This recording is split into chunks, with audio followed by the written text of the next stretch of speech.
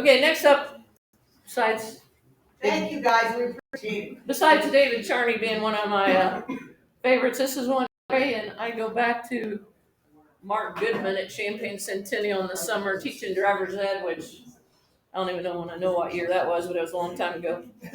But the information that he gave, well, and he came quite a few years as he was working for Kraft, but the information that he gave, I'll never forget. Always thinking of semis as 80,000 pounds.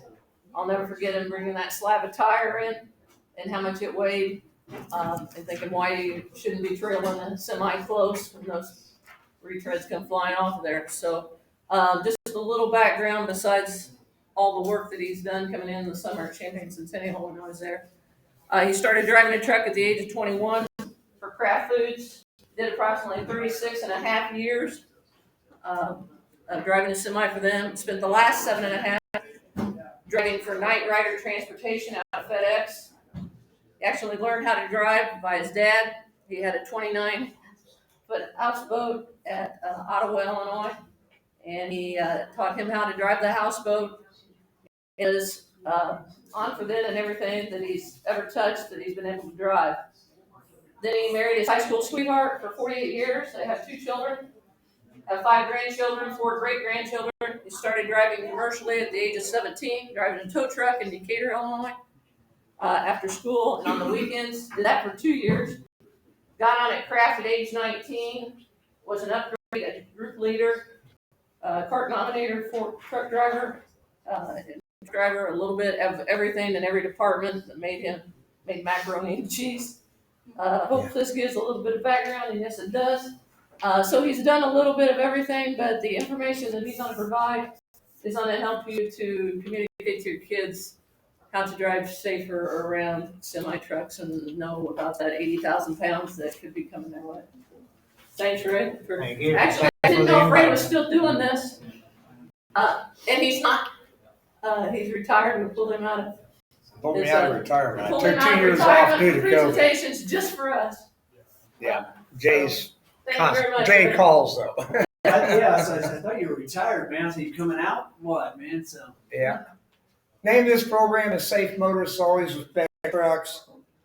I'll just run through this real quick. That's 44 years of safe driving in a semi. That's 4 million miles in a semi without an accident. No chargeables. Average 90,000 miles a year. I'm a trainer. Kind of similar to you guys. Parkland or whoever may train them as a driver. They go through me next before we hire them. I've done that for Kraft. I've done that for Night Rider. Sometimes, and it's my job to make sure they make it. If they're not going to be safe out there, I go to the boss and say it ain't going to work. And they move on. Safety courses, Smith system. I'm sure you all know about that. I think I could probably teach that. I was inducted in the National Private Truck Council Hall of Fame in 2014.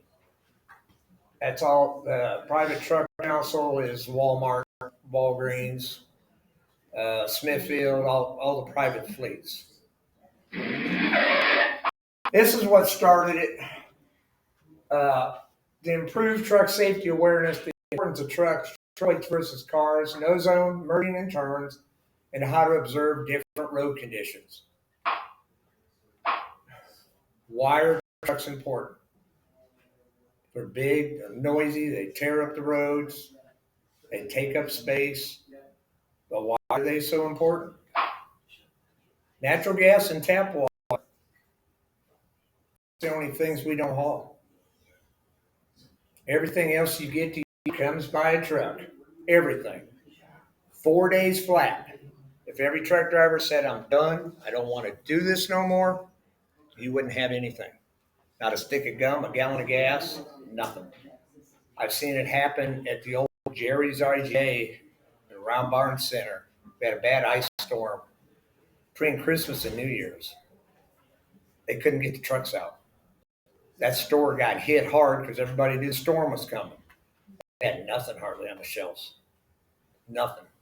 That's how important trucks are in the economy. Just to give you an idea, there's probably about 3.2 million truck drivers with commercial CDL license. And they're still hurting. We still need more. From your house to your food, if you got it, a truck driver brought it. Pretty much wraps up why we got to have trucks. Whether they be diesel or electric, it's yet to be decided. Anybody tell me what a loaded car or loaded truck weighs legally? Anybody know the number? 80,000, Jay. 80,000 pounds. Your average car, I'm just using it as an average, 3,000 pounds. And there is a truck out here. Some of you, I don't know if you knew about it. It's inside. It's not loaded, but it is a full-size semi. That's 36,000, 37,000 pounds, give or take, empty. Now throw another 3,000 pounds of product in that trailer. 80,000 pounds, and you're in a 3,000 pound automobile. That's something to think. Actually, I did this program at Centennial years ago, and my oldest granddaughter was in there. She's afraid to be around trucks. I didn't mean to scare her to death. I did.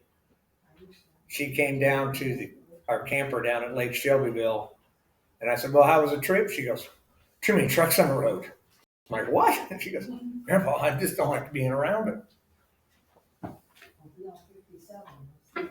Oh, yeah.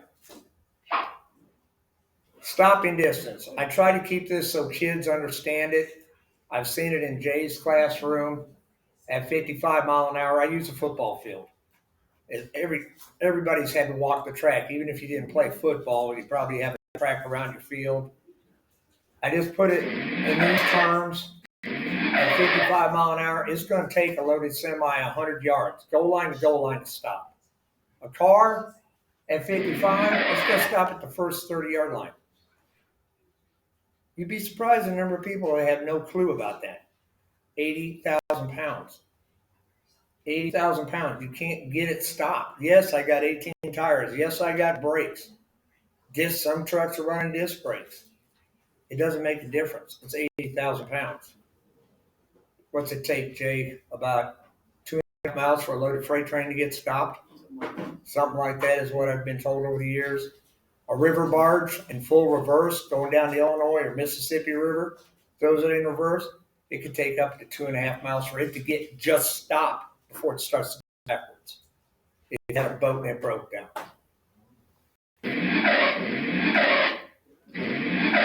The no zone.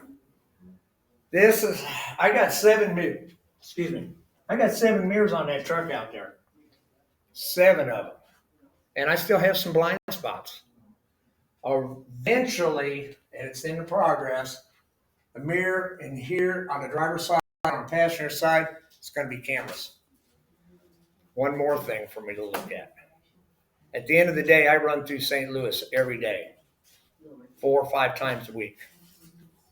My neck hurts by the time I get done every day, just from having to watch and scan my mirrors. A lot of people don't know what that right mirror is in their car for. And here I am trying to check 7 of them. Because I don't know if anybody's across 270 on the north side of St. Louis right now. It's so tight that 2 semis can barely be together. It's so tight through there right now because all the road construction they're doing. But got one up front, side, the one in the back. Everybody goes, what do you mean the one in the back? Well, here's the reason. That's the same piece of tire, by the way. You're behind me and I blow a tire, holds 110 pounds of air pressure. You're behind me and I start throwing rubber. You've all seen it on the highways. We call it alligators. There's alligator on the zipper, meaning the dotted line down the middle. You're behind me. This is coming at you. It could take out your windshield. It could take out your radiator. If you're on a motorcycle, you're dead. Plain and simple. And that's just a small sample. You've seen the big long ones out there. I have seen them when they stay on, but they're flopping. where they have taken metal underneath the trailer and just bent it. I'm talking steel. Aluminum, oh, it looks like it went through a shredder. It just tears the aluminum underframe up on some of them. Do not, one thing you want to teach your students, stay back. Even in a car, you want to stay back. A lot of times I'll go to switch lanes. I check my mirrors. I'm getting ready to switch. And I can't watch, I got to watch forward as much as I do back, because a lot of times cars will come sneaking up, right up on me, and I don't see them come up. And I'm getting ready to switch lanes, and all at once, where'd that come from? They come flying out around us because they get right up on the back of us. We call it reading the seal, because most trucks, if you look at the back, there's a seal on it that the producer put on, for load verifications. They're reading the seal. Well, they get right up on the back of us and shoot out. We're already trying to change. We're 65 foot in length, and we're trying to change lanes. And here they are. We don't even know they're back there. Then they get mad at us because we're moving. We're coming over. Merging. Wow. This is one that drives me nuts. You're in a car here, semi, car. I got two cars alongside of me. You got to yield. A lot of people, adults, don't understand this. I see it almost every day, where somebody winds up running down onto the shoulder. I guarantee it ain't the truck. I can't move. I ain't got nowhere to go there. I can slam on the brakes, and I check ramps, especially when you got a good shot at them. I'm checking them to see who's coming down. Do I see a bunch of traffic? Oh, boy, I better get over now. I don't stay in a lane. I try to move over. But a lot of people, I've seen them fixing their hair. Ladies, don't mean to offend you, putting makeup on, driving, fiddling with the radio, doing all kinds of things. Coming down a ramp, and they get down here and then decide, oh, I better look. Well, it happens. It's craziness. The interstate ramps, there's something else. Here's something a lot of people don't understand. And Jay's heard me say this before. When I used to run Chicago for Kraft, I was all over that doggone city. And if I had $1 for every time I had a car cut up here to try to get around me, I guarantee you we wouldn't be talking right now. I'd be in the Bahamas if there's anything left down that area. I would be gone. I mean, it's unreal. I used to tell the kids too, if you see a semi coming and the light might be changing, expect them to keep going because they won't stop most of the time. For us to turn right, we got to turn left. Because if we come straight up, this trailer is going to come right across here. And it's going to take out city fire hydrants, light poles, grandma, anybody in the way. Park benches. That's 80,000 pounds rolling that way. It's going to go right over it. Teach your students not to get in this area. In Chicago, it's like a daily occurrence. You might see it 3 or 4 stoplights in a row happen to another driver up in front of you, where people they'll jump the curb to get in front of you. I don't want to be behind that big truck. Interstate, cloverleaf. What they're getting rid of out here on I-57 and 74. When I come up to one of these, this is something a lot of people don't understand. Not only do I got to worry about the people getting off, I got to worry about the people getting on. And then I got to worry about the people getting off again. And then coming on. That's 4 interchanges in less than, we'll just call it a quarter mile, that I have to be focusing on. And so many people, this is one that drives me nuts. They'll come up and they'll go right to here and then go, instead of getting over when they have the opportunity. They'll wait till the very last second. Oh, I better get off. And they take off. A lot of times they'll slam on the brakes. They could have got over when it was clear there. Four things you got to be watching. Plus the people coming up on you. Get the big picture. Stole that from the Smith system. Get the big picture. They have to understand that. Passing, never ride alongside a truck.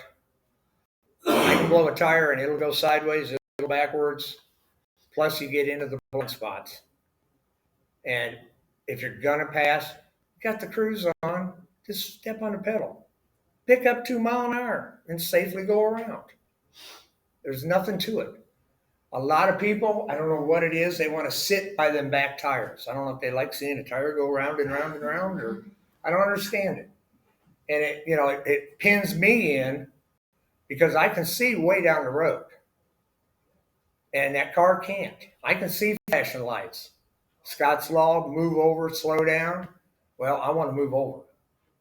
I don't want to have to slow down if I can help it. I will if I have to. But I want to be able to move over. Don't ride alongside a truck. Watch for turn signals and four-ways. Four-ways being your emergency flashers. If I got them on and you notice I'm starting to slow down, I'm trying to tell you something. Something's happening. It could be a dead stop. How many accidents happen in construction zones? Too many. People can't read. That's the problem. Slow down. They have to understand weather. Wow.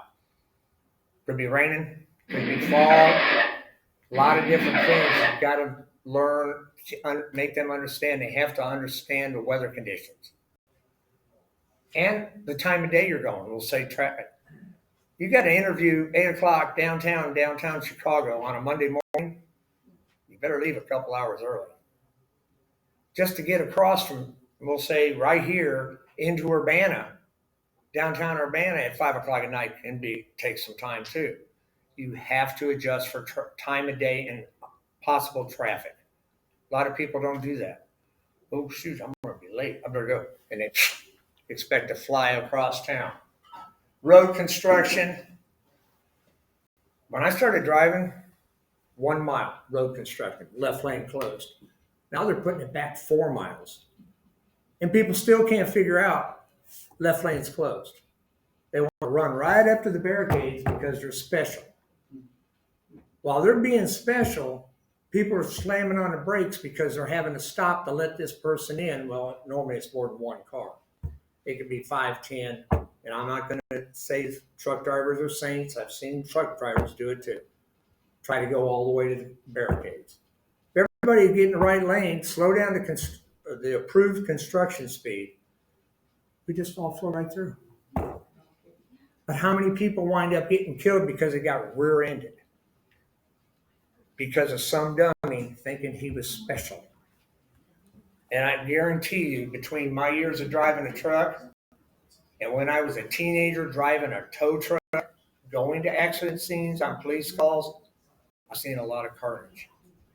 And I don't like seeing it. Lane usage, Scott's Law, move over. Rain, sleet, snow, and fog. That's my mirror, folks.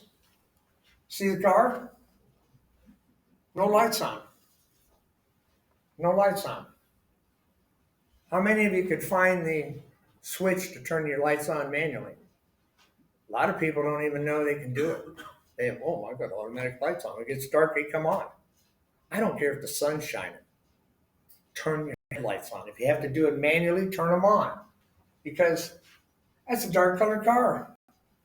That's my mirror. I've got heated mirrors, but it can't keep the water off fast enough. I am totally blind almost. You turn your headlights on, I can see the car behind the car with no headlights, no problem at all. You've got to teach them to turn the headlights on. Save yourself. What's state law for motorcycles? Headlight must be on at all times. There you go. Raining, my semi, I don't even have to flip the switch. All I got to do is hit the wiper. Boom. They pop right on. Automatically. Here I was reaching up, hitting the switches and, wait a minute, what's going on here? Campers and boats. Why did I put that in there?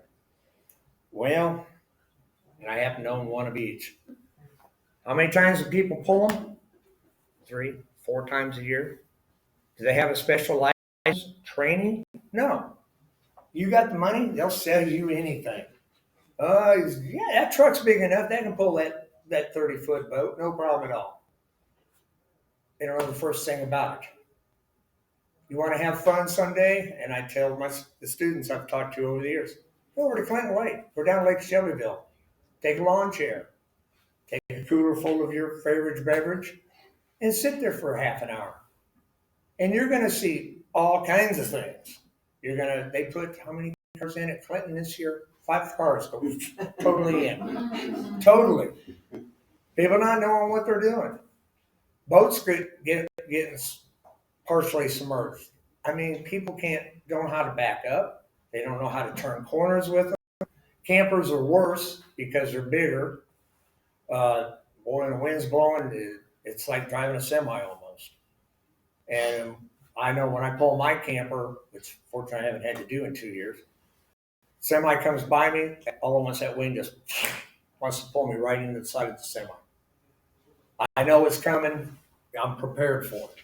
But if you're sitting there lollygagging, not paying any attention, don't know anything, boom, you're going to be right in the side of me. Just the wind will pull you in. Oversized loads, school buses and mail carriers. Oversized loads, some of it's roof material, some of it's farm equipment. I mean, they're specially permitted. Weights on them can go, permitted can be up 140, 160,000 just on that trailer. But they have to take the special permits. There's an office in Springfield for special permits. And it may take them 2 days to get across the state of Illinois, and I guarantee it's not in a straight line. It's because of bridges, load limits, stuff like that. School buses and mail carriers, I throw that in there because what do? Stop and start. Stop and start. In all the crazy places. And I've always told them, this is something you can use, hopefully.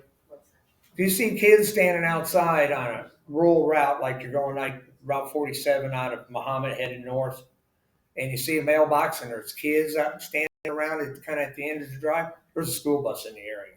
They're not standing there because they like it, but it's about time for the bus to show up. So mail carriers, yeah. You see their little light, they can be some of the worst because they're busy. They want to get done, get home, and they'll pop out in front of you. Some of them are pretty good. Some of them are pretty bad. So these are things that I worry about when I see them on the road. How many hours can I drive in a day is asked. I can drive 11 hours. I can drive 8 straight, have to take a half-hour break, and I can finish off to a total of 11 hours. Take a 10-hour break and start all over again. Fortunately, I don't have to do that. I'm home every night. But I did do it at one time. You all know what a CDL license is. My boss knows FedEx knows I'm here. And I go back into FedEx to take that truck and drop that trailer off. They go, hey, Ray, come here. Random drug test.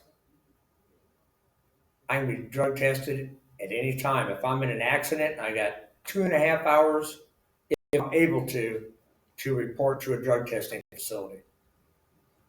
2.5 hours, and I better be clean. They don't play around. Ray, I have a question for you. Sure. Now, do you still physically log or trucks now where they automatically tell you when it's time you have to take a break? It's all automatic. Okay. Threw the pencil out the window. Okay. Threw the pencil out the window and all the old log books. And I do have to keep a log book in case the electronic one falls down. And if I was to get pulled over, as long as I'm doing the paper log and they want to see the last 8 days, my boss can fax it to the state police. No problem. All I got to do is get him on the phone and say, this is what we need, fax it. I want to get going. How long can you be on the road if you have to take a break? I can drive 8 hours, take a half-hour break, and then drive up to a total of 11. Take a 10-hour break and start all over again. 70-hour work week. Not that I do that. Used to. How fast can trucks go? Most people, you get in your car, you slam it to the floor, and you go. You want to go 70, you can go 70. Well, guess what? Don't get mad at two trucks trying to pass each other because we're governed. It's set in the computer. We can't mess with it. The day of being able to turn them up on, playing games with them, can't do it. Company sets it. Company sets it. Insurance companies set them. Some trucks were set at 62, 65. My son's a vice president of new business development for TMC Truck Lines out of Des Moines, Iowa. They just turned their trucks up from 62 to 65. I said, well, took you guys long enough. 70 mile an hour. FedEx, 65. So then are the guys that you see sometimes that are going even faster than that, those maybe some of your private guys that are able to, Yeah. 80. yeah. Oh, well, there's triple digit trucks out there. Oh, I mean, Yeah. it's, But they're not company trucks. yeah. If it's like a Snyder, Warner, Prime trucks, notorious for 62, maybe 65 occasionally. Yeah, they're going to be governed. We was at 70, and then FedEx wanted them back down at 65, which I don't understand. I just want to be able to run with traffic. I don't want to do 80. I just want to be able to run with traffic. So, but a lot of people will get behind us, and nobody wants to back off to let somebody get by. I might be at 1 mile an hour faster than them, but it's going to take me a little while to get around them. But I don't want to back off. I get paid by the mile. Wheels are rolling. If I'm slowing down, I'm losing. But I'm still running legal. Sorry, excuse me. I got a granddaughter having some problems. Yep. I'll call you right back. She's got car problems. And my son's out at corporate right now. So, and when I get out of here, I'll take care of it for her. I know what's going on. So, yeah. Don't get back there and start flashing your headlights and getting off on the shoulder trying to, hit me with your bright lights because I can't go faster. If I could, I would. I haven't changed this in over 20 years because the numbers pretty much stay the same. More than 250,000 accidents a year involving cars and trucks with over 5,200 people killed. Of those fatalities, 77% are in the car. 80,000 pounds. It comes back to that magical number, 80,000 pounds. What I have told, and Jay's heard me say this to some of the students, if you want to when I say 80,000 earlier in the presentation, if you want to put your head down now, take a nap, if I'm boring you, go ahead. But don't you ever forget 80,000 pounds because it will come up and bite you. You've got to respect the trucks out there. Many companies like FedEx, you're more than welcome. The truck is open. You can hop up and look. We have cameras. That one's facing me and facing forward. I'm on camera the whole time. I got my seatbelt on. Am I being distracted? And I got a camera facing forward. You want to cut me off? Slam on the brakes? You ain't going to win. I'm going to hit you, and it's all going to be on camera. And my boss can pull it up in a heartbeat. Hey Ray, can that thing detect if you're drowsy while driving? This one won't. That They can't. I believe it can be turned on. Yeah, I've heard of that. It depends. My contractor is he hires veteran drivers. A lot of the contractors that get the younger guys, I have heard it turns some of those features on. Some of them. We also have I can't turn them off. Once the key goes on, that camera's on. There's no turning it off. I do have a little sun visor right here that will come down and take care of the one inside. And if I was sleeping, there's curtains that come around so that I have privacy. Because that truck, there is a bed in that truck. So for my privacy, the curtains come across and would block off the camera. So let's see what's next. Can't win an argument with a truck. Get the company name and vehicle. Call the state police. I don't want a bad driver out there. If I did it, somebody feels that they were wronged by me or something come off my truck, they need to call. Safely pull over the road, call the state police. Every truck has got a number on it. Trailer number or license plate number, they can track it. Every semi has to have a number on it. Normally it's on the side of the hood or up on the side of the cab where it's visible. Get the name, get the number. If you feel you were cut off by a truck, there's a problem or he's weaving, call. I'll do it on a car in a heartbeat. I had 2 cars go by me on I-39 just this last Sunday, just north of LaSalle, Peru. And I was about the only one out there. Next thing I noticed, 2 of them. I would guesstimate 90 to 100 mile an hour. I picked up the phone, called 911. They said, okay, we'll get a deputy out there. Well, I never saw them. Maybe they caught him off on a side road. I don't know. But 90 to 100 mile an hour. They were flying. They were out of sight, and before I could ever even get off the phone, they were gone. Got a call. Or call the company. Kraft used to get phone calls. I got accused one time years ago, me and another partner. We was up on 294 in a tri-state around Chicago, and we're following his truck, and we see this guy throwing cans out the window. Now, this was back in, about 82. Throwing beer cans out. Well, my boss got a phone call. By the time we got the champagne, he'd already been called. What kind of beer you guys drink? We told him. He says, "Oh, guess it wasn't you. What are you talking about?" And he goes, "I got a phone call." I said, "Was it about a truck throwing beer cans out?" And my partner was awake at that time. He was sitting in the jump seat. And yeah, we saw it.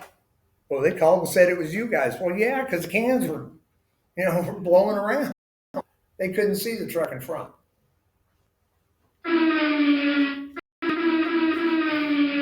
Driving is a privilege. It's not a right. Not a right. Judges don't care. State doesn't care. If you're rich, poor, any race, they don't care. Screw up, you lose it. Get enough tickets, and it doesn't make any difference. I get a ticket in my boat, I can wind up losing my license. We had a driver get a speeding ticket rolling down a hill in St. Louis. He got suspended for 2 days, no pay. By FedEx, not by my boss. Because FedEx, you're banned from the property for 2 days because we're independent contractors. When I was in high school, before I started driving a wrecker, I had 2 tickets and probably about 4 months. First 4 months of driving. I knew how to drive. I just had a little bit of a lead foot. 2 tickets. I got in that wrecker, it probably saved me because I learned so much so quick and saw so much that I started being a lot more careful about what I was doing. That was an education and a half. There's the results. I can guarantee you nobody walked away from that car. That truck needs a new front bumper, probably a steer tire too, maybe a little work on the hood, back on the road. Then people didn't go home. Fast and the Furious, everybody probably seen that movie. Now, you can't fit under a normal semi-trailer. Somebody slammed on the brakes too fast or the truck didn't stop. I don't know the issue here. But, yeah, that's right at the back of the front seats where the bumper ended up.